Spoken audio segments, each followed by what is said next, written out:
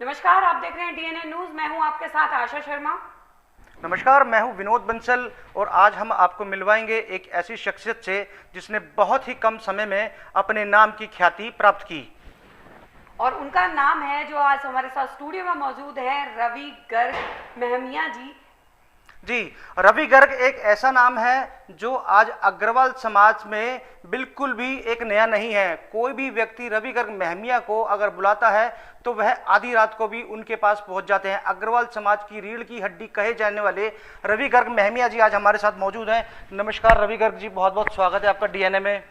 नमस्कार विनोद जी, शर्मा जी, बहुत बहुत धन्यवाद आपका महमिया जी। महमिया जी, हम बातों का सिलसिला जो है वो शुरू करते हैं। मैं अगर बात करूं तो देश के अंदर महंगाई को लेके कि महंगाई जो दिन प्रतिदिन बढ़ रही है उसके ऊपर आप क्या विचार रखते हैं? मैं आपके चैनल के माध्यम से सर्वप्रथम तो सभी देशवासियों को दीपावली पर्व की हार्दिक ढेरों शुभकामनाएं दूंगा जी।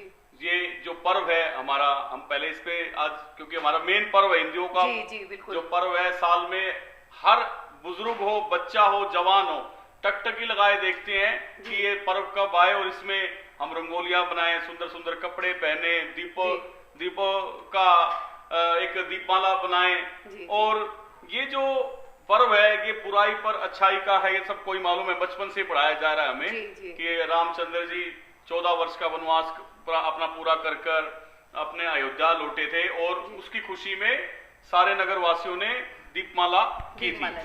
तो मैं पुनः डीएनए न्यूज चैनल, आपके दिल्ली न्यूज चैनल के माध्यम से सभी को दीपावली, भैया दूज और गोवर्धन पूजा की बहुत बहुत ढेरों शुभकामनाएं दूंगा। देखिए, महंगाई तो जो है अभी कोरोना काल के बाद ऐसा नहीं है कि भारतवर्ष में ये महंगाई ने कमर तोड़ रखी है। पूरे वर्ल्ड में महंगाई ने एक आंकड़ा बहुत उच्च स्तर का छू रखा है अभी। उसके बहुत सारे कारण हैं। देखिए, प्रोडक्शन प्रॉपर तरीके से नहीं हो पा रही। जब अगर उसकी कोई भी प्रोडक्ट है, अगर डिमांड ज्यादा होगी, सप्लाई कम होगी, तो उस कारण भी महंगाई बढ़ जाती है। बिल्कुल। रही डीजल पेट्रोल की बात, देखिए क्रूड के दाम और डॉलर के दाम लगातार बढ़ते जा रहे हैं, जो हमारा देश इंपोर्ट पे आधारित है। तो उस कारण ये महंगाई का अगर पेट्रोल डीजल से आप करें तो, और गवर्नमेंट भी ये चाह रही है कि कम से कम ये, क्योंकि पेट्रोल डीजल से ज्यादा प्रदूषण होता है, तो गवर्नमेंट का भी ये मानना है कि ज्यादा से ज्यादा लोग इलेक्ट्रिक वाहनों की तरफ ट्रांसफर होंगे तो उससे क्या होगा कि भाई पोल्यूशन कम होगा।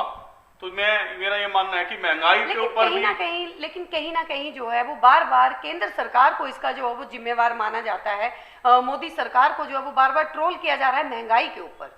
आपका क्या कहना है? क्योंकि दिल्ली सरकार जो है वो भी लगातार जो है वो आरोप लगाती रही है। देखिए, जो सत्ता में होगा और विपक्ष का काम होगा हमेशा ही आरोप लगाना, क्योंकि विपक्ष में जो बैठा होगा अपनी भूमिका तो उनको भी पूरी करनी है। फिर आम जनमानुस, अब किचन का खर्चा है, एक गृहिणी है जो उसके खर्चे, क्योंकि गैस सिलेंडर हो या कोई भी चीज है, अगर वो बढ़ती है तो सीधा एक मिडिल क्लास और निम्न क्लास के व्यक्ति के ऊपर उसका डायरेक्ट असर आता है। तो मैं केंद्र सरकार, मोदी सरकार से भी अपने आम जनमानुस के माध्यम से एक अपील करूंगा कि जल्द से जल्द सरकार इसको कंट्रोल करे। देखिए, महंगाई जो है अच्छी नहीं होती। सर, आपसे एक सवाल पूछना चाहेंगे। हमने देखा कि कोरोना काल के अंदर में, क्योंकि आप एक समाज सेवी के रूप में भी जाने जाते हैं, समाज में काफ़ी सक्रिय भी रहते हैं, कोरोना काल में काफ़ी मदद करी आपने। बड़े बड़े नाम तो सामने आ जाते हैं, हम उनका नाम नहीं लेंगे, लेकिन कुछ व्यक्ति, मैं आपको बता दूं, कुछ व्यक्ति ऐसे भी होते हैं जो पर्दे के पीछे काम करते हैं। कोरोना काल में इन्होंने अपने पास से डेली ना करते हुए 2 से 3 हजार लोगों का डेली फ्री भोजन का व्यवस्था करी हुई थी। तो रवि गर्ग महमिया जी, आपसे जानना चाहते हैं, जिस तरीके से देखिए कोरोना काल निकल गया, आज डॉक्टर्स भी कह रहे हैं कि ज़्यादा बाजारों में भीड़ ना बढ़ाएं। बाजारों में भीड़ फिर से बढ़ गई है। पहले भी यही हुआ था, जैसे ही दिवाली गई कोरोना का ग्राफ बढ़ गया। तो इस विषय पर 2 पंक्तियां आपकी चाहेंगे सर। देखिए, बिल्कुल आपने बहुत ही अच्छा ये सवाल किया। कोरोना 2 वर्षों से लगातार हमारे देश को चपेट में ले रहा है। परंतु पहले क्या था, हमारे यहाँ वैक्सीनेट नहीं हुए थे लोग। अब वैक्सीनेशन का स्तर 100 करोड़ के आसपास हमारे भारतवर्ष में हो गया है। तो वैक्सीनेट होने के बाद भी लोगों की इम्यूनिटी पावर बढ़ी है। और फिर भी देखिए, 2 गज की दूरी है बहुत जरूरी, और ये मास्क ये हमारे जीवन का एक अभी जीवन के अंदर मोटा मोटी लागू हो गया है सिस्टम ये। तो हमें खुद भी देखिए, अब दोबारा 1,66,000 के लगभग आज पूरे भारतवर्ष में कोरोना केस एक्टिव हैं। तो हमें ये 2 सालों को भुलाना नहीं चाहिए, हमें एहतियात बरतना चाहिए, कम से कम बाजार में ज्यादा जरूरत हो जब भी जाना चाहिए। और उसकी रोकथाम के लिए हमें हर अपने व्यक्ति से, अपने परिचित से पूछना चाहिए, आपको दोनों वैक्सीनेशन लग चुकी? नहीं लगी तो हमें स्वयं उसको अपने किसी ना किसी माध्यम के जरिए उसका टीकाकरण कराना चाहिए, जिससे कि उसको एक सुरक्षा कवच मिले। जी रविकर मेहमिया जी, समाज के काफी विशिष्ट व्यक्तियों में आप आते हैं। मैं भी अग्रवाल समाज से ताल्लुक रखता हूं, मैं विनोद बंसल हूं, तो मुझे कहीं ना कहीं एक पीड़ा होती है जो मैं आज आपके साथ समक्ष करना चाहता हूं। आप अग्रसेन हॉस्पिटल सेक्टर 22 से जुड़े हैं काफ़ी समय से। जब भी चुनाव आते हैं तो हम लोग एक चीज़ की अनदेखी करते हैं।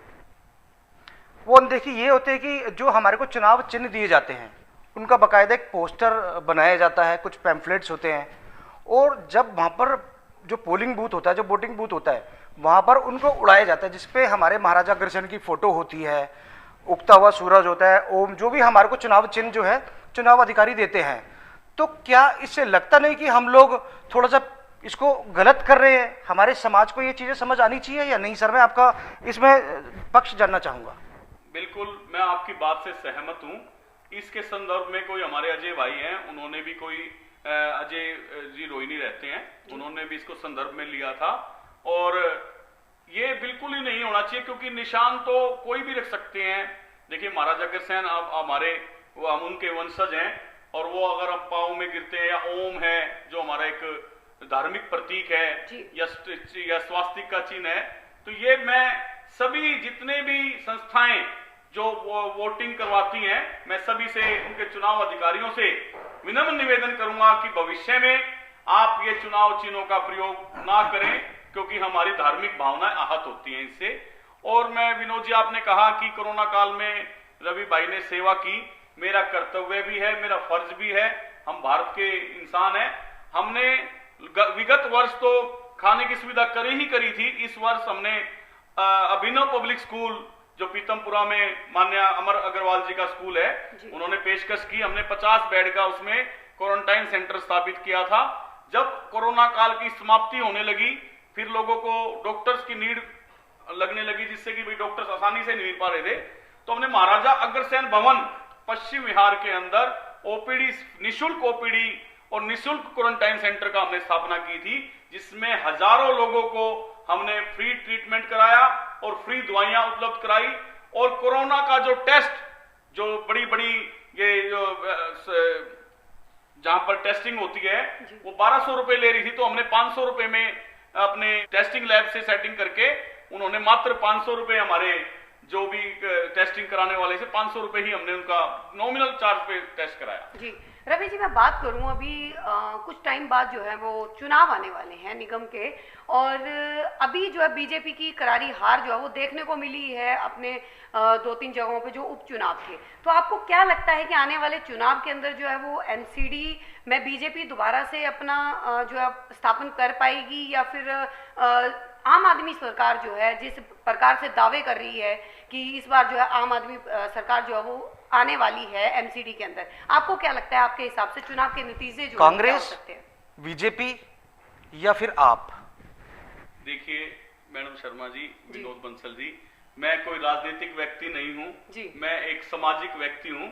मेरा ये मानना है, जो भी पार्टी देश हित में और जन कल्याण में कार्य करेगी उसको आगे आना चाहिए, और उसका ही राइट है उसके अंदर। अब जनता अब बहुत समझदार हो गई है जी। अब जनता ये देखती है कि हमारे साथ कौन बंदा खड़ा है, किसके जो हमारे बुलाने पे, हमारे कहने पर हमारे एरिया का विकास कर रहा है। तो अब वो जनता इतनी पागल नहीं रही है। मैं कहूंगा कि आप ये जनता पे छोड़ दीजिए प्लीज, मुझे इससे दूर रखिए ये चीज। रविकर मेहमिया जी, अभी कुछ दिनों पहले मैं फेसबुक पर देख रहा था, आपने एक महिलाओं का फैशन शो करा रखा था, तो मेरी कई महिलाओं से बात भी हुई। उन्होंने कहा कि रविकर मेहमिया एक समाज की रीढ़ की हड्डी है, जो मंच पर एक कैटवॉक करा रहा है, देखकर भी बहुत हर्ष हुआ, क्योंकि अग्रवाल समाज की महिलाओं को सिर्फ पहले ये बोला जाता था कि आप सिर्फ रसोई तक ही सीमित हैं।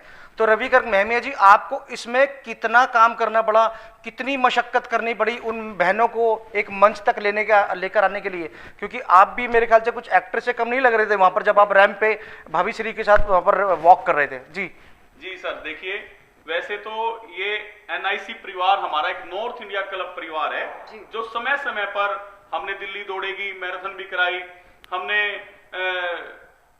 ब्लड कैंप भी लगाए, हमने बच्चों के लिए शिक्षा के लिए भी कार्य किया, मतलब विभिन्न स्थानों में धार्मिक हम अनुष्ठान कराते रहते हैं।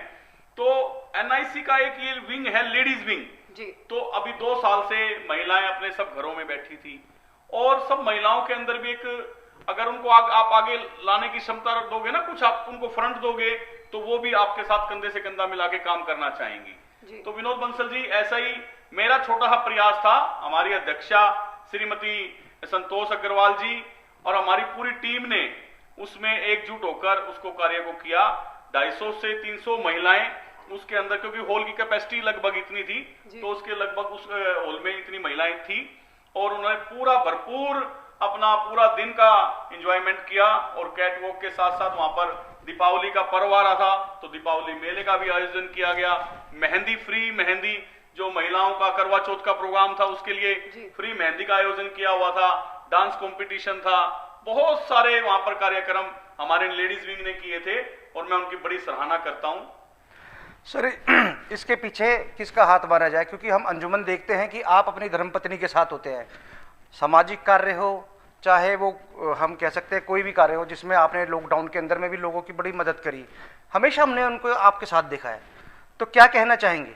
बिल्कुल सर, देखिए मैं लॉकडाउन में भी मेरे पूरे परिवार को बहुत बहुत धन्यवाद कहूंगा, क्योंकि लोग अपने घरों से सब्जी लेने के लिए भी निकले, और मेरी धर्मपत्नी ने मुझे देश सेवा के लिए छोड़ रखा था।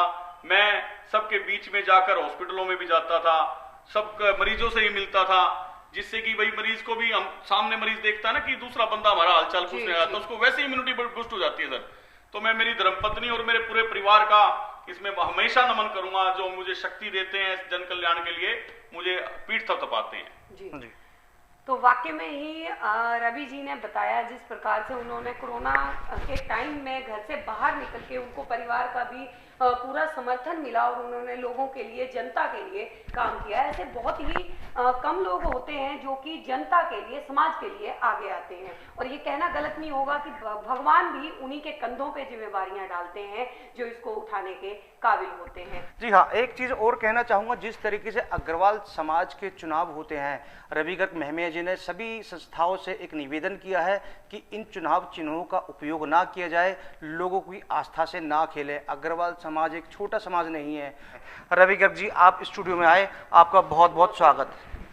धन्यवाद। मैं दिल से आपके श्रोताओं को, डीएनए न्यूज चैनल के सभी टीम को बहुत बहुत दीपावली पर्व की शुभकामनाएं दूंगा।